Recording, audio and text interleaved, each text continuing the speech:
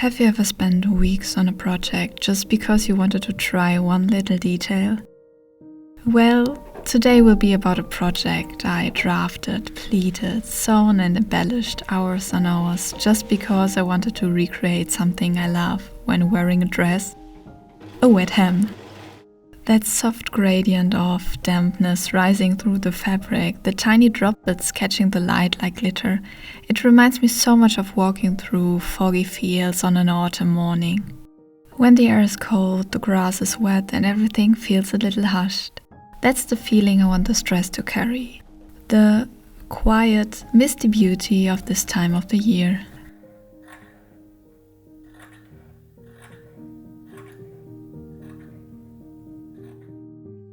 A wet hem for me is the ultimate compliment for a dress. It means it has been worn, it lived, and it experienced something. And so with today's dress, I want to honor that.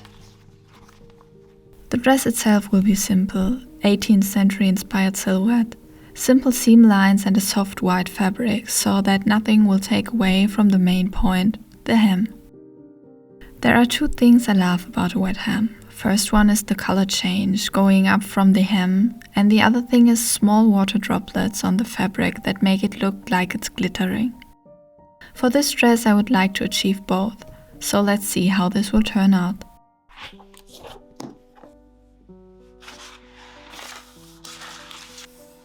Drafting the pattern didn't take long.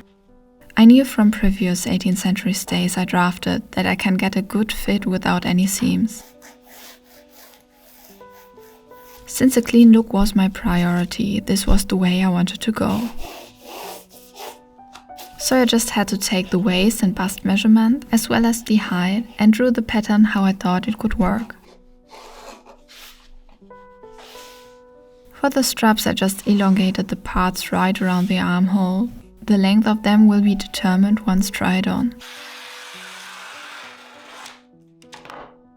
You know what's funny? My videos are all in English now, but I actually wasn't great in English in school. It only really clicked once I started learning it for me through YouTube, sewing tutorials and a worldwide community. Even though it's still not perfect, I never thought I would be able to do my job in English. That's why I wanted to try learning another language I wasn't good at in school, Italian. But this time in a way that fits my life now.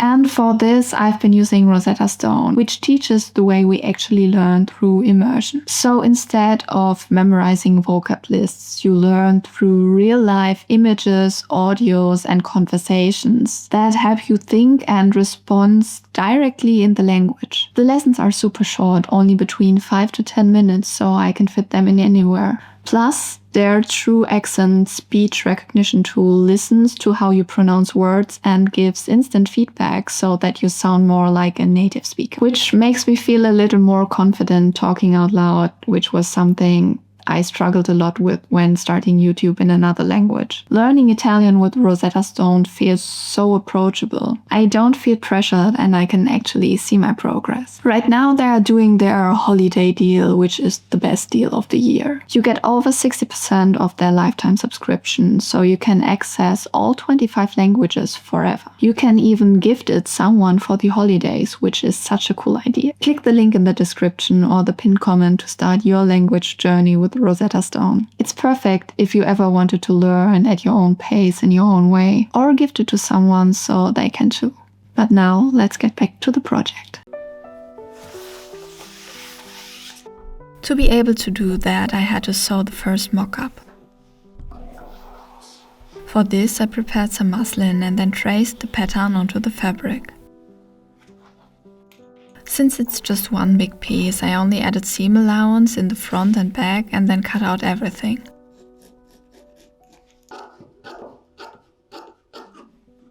The mock-up has a center front seam, so I had to close this before I could add any boning.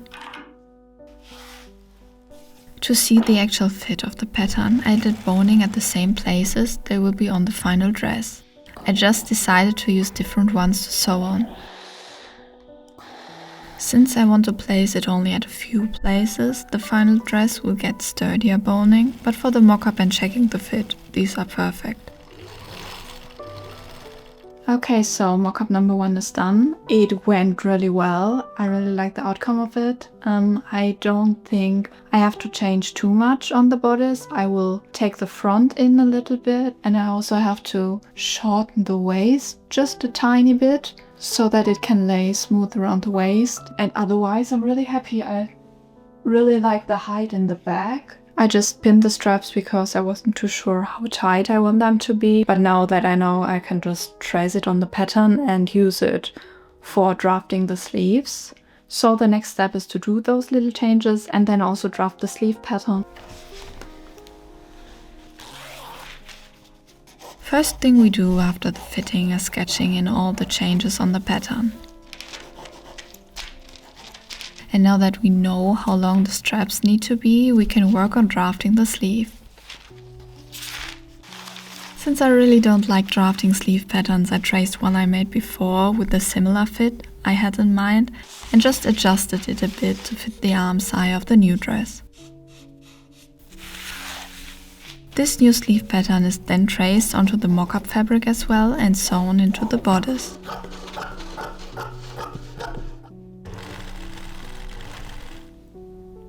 The fit was a good starting point. Overall, the sleeve was too wide, so it can be taken in a lot.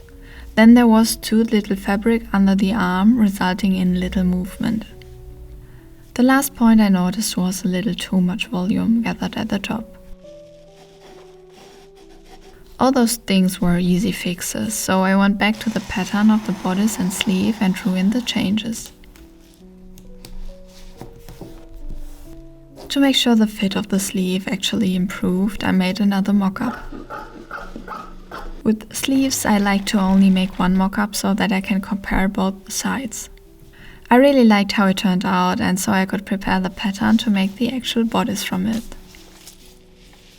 The actual bodice will be made from a few different layers to get a sturdy but light-looking piece, and so I had to now divide the base pattern into the different pattern pieces I would need to make it.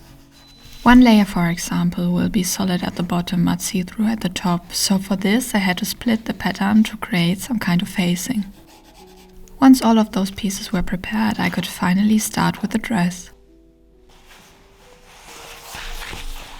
The bodice will be covered in a silk chiffon, so I need to have a base fabric underneath.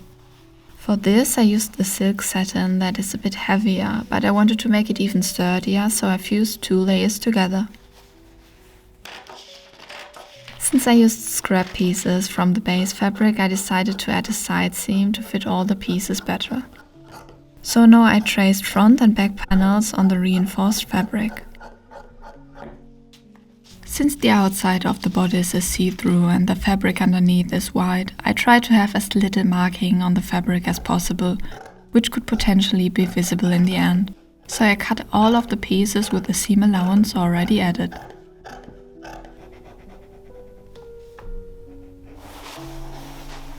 When adding boning on a few places on soft fabric, it can sometimes happen that the neckline will look uneven and you can see the boning creating little bumps where it stretches the fabric. In order to counteract that, I cut a facing from a sturdier fabric. I think usually a heavy canvas fabric is used for this, but the sturdiest fabric I had in my stash was a Tulle, so I just used it. To give the facing a clean look and make it match with the rest of the fabric, I added a layer of the silk satin to it. Now the only raw edge is the one that will later be added to the neckline. To make sure the bottom of the bodice has a smooth edge as well, I decided to make a similar facing to place there too. And finally I added my label onto the top one of the facings.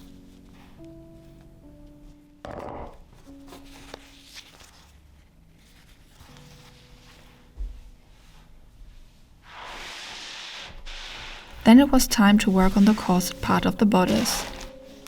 Since the outside of the dress will look very clean and simple, I wanted to make the inside a little more interesting, so instead of covering all the construction with lining in the end, I wanted all the boning channels and reinforcing layers to be exposed. That's why I decided on a corset mesh as the inside layer. This not only makes it possible to look through almost all the layers and gives the bodice a light and airy feel, it actually makes the bodice pretty lightweight. Even though the fabric doesn't stretch, it's really slippery, so I used a rotary cutter to cut it as precise as possible. Then I assembled layer after layer, starting with the silk satin layer. Sewing it was really easy, since it were just 3 straight seams to sew. And since those seams could be visible through the netting layer later, I then decided to finish them by using French seams to give them a clean look.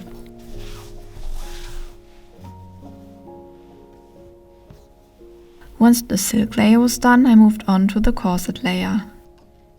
Here I had even less seams to sew, just the center front. Then the only thing to do here was to add all the boning channels. To make them, I first cut the silk satin into 2 cm wide strips. The fabric has a pretty tight weave, which is why I thought it would work just fine. Those are then ironed to fold in the raw edges and then sewn onto the netting, making sure to leave a space where the boning will fit into perfectly. This was a very satisfying thing to do somehow. With every boning channel added, the netting looked cooler and the end result looked so interesting and clean, which directly made me think about the possibilities of having this on the outside of a dress.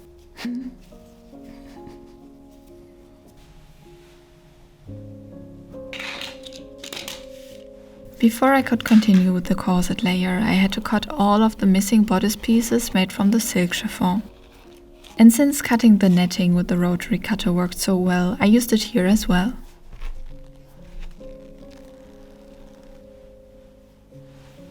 Now that everything was cut, I could assemble each layer. I started with the silk layer that gets a chiffon facing at the top. Then the netting layer gets the facing added at the top as well. Once this was done, those 2 layers are added together at the top. This makes a neat finish at the top of the bodice. Once this was done, I worked on the final layer, the silk chiffon outside. Here I started by sewing the sleeves. They were just closed with a French seam as well and then sewn into the arm's eye.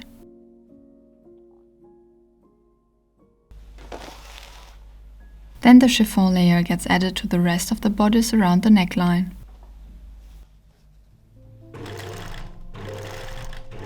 The seam gets pressed and everything is turned inside out, which reveals the final neckline for the first time. To close the bodice, I added a zipper in the back. Since I didn't want to use any lacing, I had to use a zipper that could be opened completely in order to get into the bodice.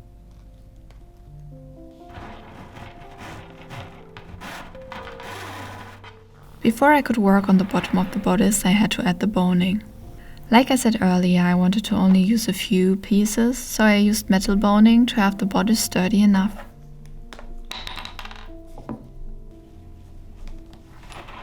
Each piece of boning gets measured at the right length, cut and then sanded down a little to make sure there are no sharp edges. I don't really like to use the metal caps to add to the ends of the boning because you can see them through the fabric, but when the boning is cut carefully and sanded, I could leave them without any issues. Then I added all the boning into the boning channels. This is always one of the most satisfying parts in my opinion. To keep everything in place, I then closed the bottom of the channels and secured the netting layer to the middle layer. Then I turned around the bodice and also secured the silk chiffon layer to the other 2. It probably would have been possible to do all layers at once, but this way I could control everything better and had no wrinkles or shifted pieces. Once all 3 layers are secured together, I added another reinforcing facing at the bottom. This also covers up all the previous seams, so it didn't matter how many I had sewn. To finally give the edge a clean finish, I made some bias tape from the silk satin. This is carefully pinned to the bottom, making sure to cover all previous seams from the outside as well, before turned right side up and then secured by stitching directly next to where it was added there. Now we've got a clean and lightweight bodice done. To prepare it for the skirt, I also added some hooks at the highest point of the waist. The skirt gets the matching thread bars later to make sure it will stay in place when worn. This was really difficult because sticking the needle through the coutille and satin layers was hard, and so getting a somehow even stitch took a lot of time. But in the end the bodice looked really cool, not only from the outside but definitely from the inside as well. And with that we can move on to the skirt. First we need to make a tulle skirt as a base. I want the skirt to have a lot of volume but also feel airy and lightweight, so this is the perfect base to achieve that. For this I cut a lot of layers from the tulle. All of them were circular layers, so I spread out the fabric, used the measuring tape to mark the right length, and then cut out all the circles.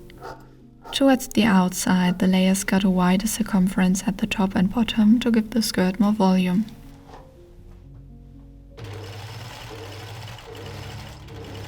I improvised a little bit because I wanted to keep the construction as simple as possible, so I measured the whole length of the fabric, marked the length I would need for a layer, and then had the rest of the length at the radius for the waist. All layers are then gathered at the top and the pleats were spread out evenly around the waist. In the end I wanted some extra volume at the top, so I added a few shorter layers as well. Here I varied the length a little bit to create a smoother transition into the long layers.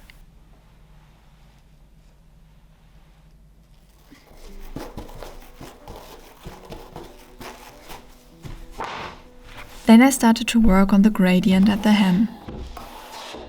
To create a soft color transition, I used a light blue tulle to add to the base of a few tulle layers. For this, I spread out each layer, placed the blue tulle on top of it, and then cut layers of different length at the hem.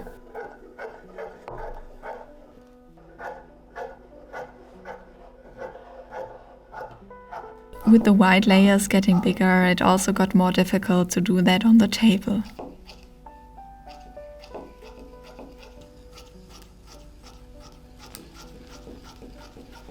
At first I just pinned the layers in place, but after cutting all around each layer, I secured the blue tulle to the white using hot fixed gemstones. I thought this would be a nice way to firstly secure both layers together without a visible seam, and secondly to achieve the look of the little water droplets glistering on the hem. So I worked my way around a few tulle layers, which took me way into the night.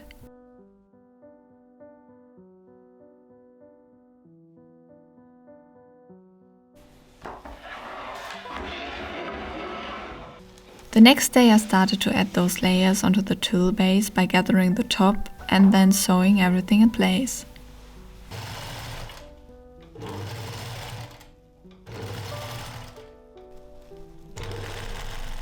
Having the tulle base assembled revealed a subtle color gradient that was the perfect base for the next step.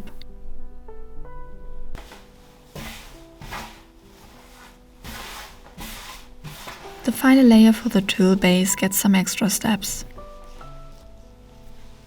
Because here we are not only adding a bit of the light blue tulle, but also some light blue silk chiffon at the very bottom. This way the hem is most vibrant in the end and the gradient will hopefully look good. Preparations were similar to how the other tulle layers were done. The hem layers were placed onto the tulle and pinned in place. For the silk chiffon I first had to cut strips with a similar width so that the size of the layer will be even all around.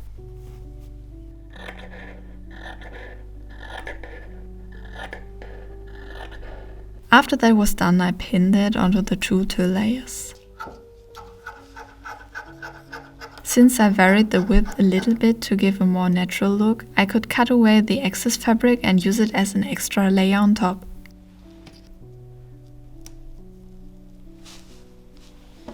And to secure all 3 layers on the white tulle, I used gemstones again. This time, however, I had to glue them on since I ran out of hot fixed stones with all the layers before. This worked surprisingly well, but again took a very long time. I sometimes think that gluing pieces onto a dress feels so wrong, but in this case not only gave the cleanest finish, but also served its purpose.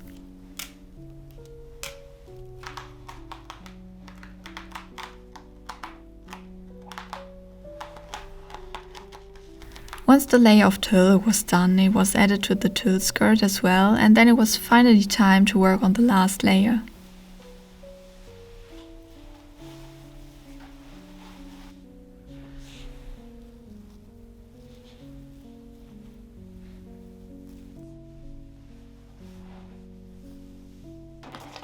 Since the last layer was made from silk chiffon, the first struggle was to actually cut it straight.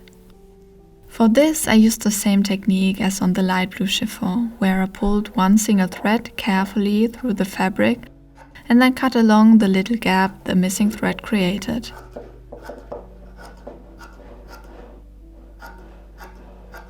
Since I wanted to have a wide circumference at the bottom as well as the top, I used straight pieces sewn together and not circles like on the tulle layers.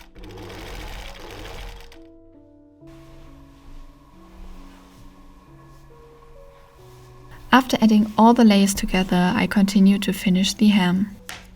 Since I wanted to use another layer of the light blue tulle, I directly used it for a clean hem.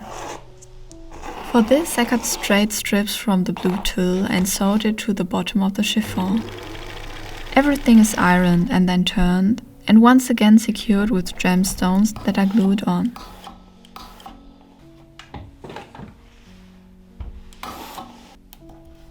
And with that, the only thing left to do was to add the final layer to the skirt and show you the final dress.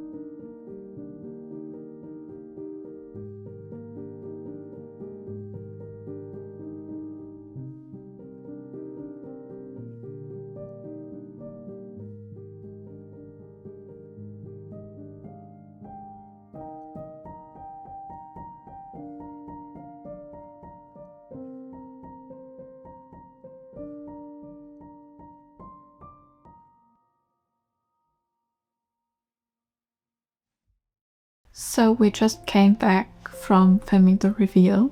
I'm still very cold, but also very happy. I was very happy with the weather and how everything looked, and I hope you liked the reveal. I have no idea how it looks yet, but I hope it's nice. I definitely had a lot of fun making this dress. In the end, even though I really liked the hem, I really liked the whole dress. So the silhouette and the simpleness of it, I just really love how everything came together. And of course, I hope you like it as well. If you did, and if you watched this far, feel free to like the video, comment and subscribe to the channel. This always helps a lot. Also, a huge thank you again to Rosetta Stone for sponsoring this video. If you want to learn a new language and Rosetta Stone sounds promising to you, feel free to check them out. The link is in the description, or just scan the QR code if you like. But I will now drink a cup of tea, just get a cozy blanket and enjoy the November weather while I'm inside. So see you in the next video.